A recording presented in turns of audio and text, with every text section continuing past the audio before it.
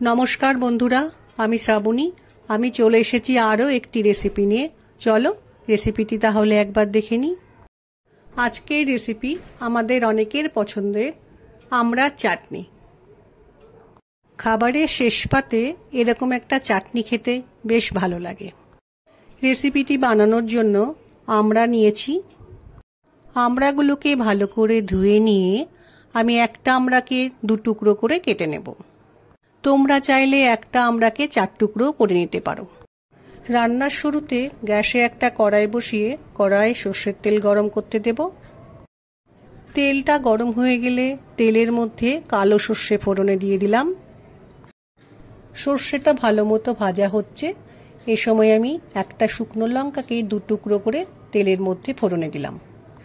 ফোড়নটা একটু সময় ভালো করে ভেজে নেব। ফোড়নটা খুব সুন্দর করে ভাজা হয়েছে, খুব সুন্দর গন্ধ বেরোচ্ছে। এই সময় কেটে রাখা আমড়াগুলো তেলের মধ্যে দিয়ে একটু সময় রান্না করে নেব।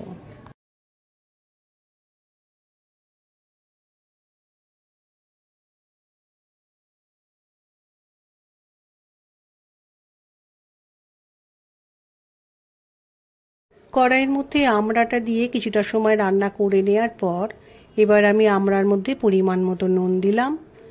এরপর দিয়ে নিলাম একটু হলুদ গুঁড়ো। এবার আমি নুন হলুদটাকে খুব ভালো করে আমড়ার সাথে মিশিয়ে নেব। রান্নার এই পর্যায়ে গ্যাসের ফ্লেমটা লো করে রাখতে হবে।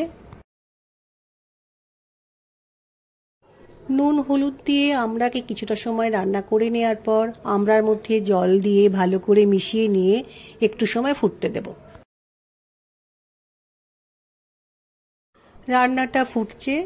এ সময় গ্যাসের ফ্লেমকে লো করে দিয়ে ঢাকা দিয়ে একটু সময় সেদ্ধ হতে দেব। আমড়ার চাটনিতে আমি আখের গুড় দেব, সেজন্য একটা বোলের মধ্যে পরিমাণ মতো গুড় নিয়ে জল দিয়ে ভালো করে মিশিয়ে রেখেছি। কড়াই থেকে ঢাকাটা সরিয়ে নিয়ে দেখলাম আমড়াগুলো সেদ্ধ হয়ে গেছে। এরপর আমি আমড়ার মধ্যে আখের গুড়টা দিয়ে ভালো করে মিশিয়ে নেব।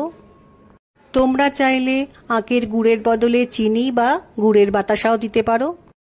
চাটনির মধ্যে গুড়টা দিয়ে ভালো করে মিশিয়ে নেওয়ার পর একটু সময় ফুটতে দেব। এই আমড়ার চাটনির মধ্যে আমি একটু পোস্ত বাটা দেব। এই পোস্ত বাটাটা আমড়ার চাটনিতে দিলে খেতে বেশ ভালো লাগে। পোস্ত বাটা দেওয়ার পর খুব ভালো করে আমড়ার সাথে মিশিয়ে নিতে হবে। রান্নার শেষে আমি চাটনিতে একটা ভাজা মশলা দেব।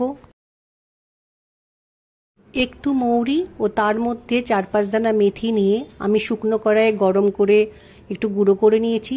সেটা এবার আমরা চাটনিতে দিয়ে দিলাম, দিয়ে ভালো করে মিশিয়ে নেব। এটা দিলে চাটনিটা খেতে বেশ ভালো হয়।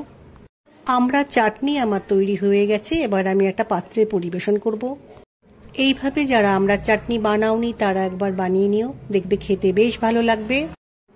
আমার আজকের রেসিপি ভালো লাগলে লাইক, শেয়ার ও সাবস্ক্রাইব করো। ভিডিওটি দেখার জন্য ধন্যবাদ। ভিডিওটি আজ এখানেই শেষ করছি। ফিরে আসছি আরও একটি রেসিপি নিয়ে।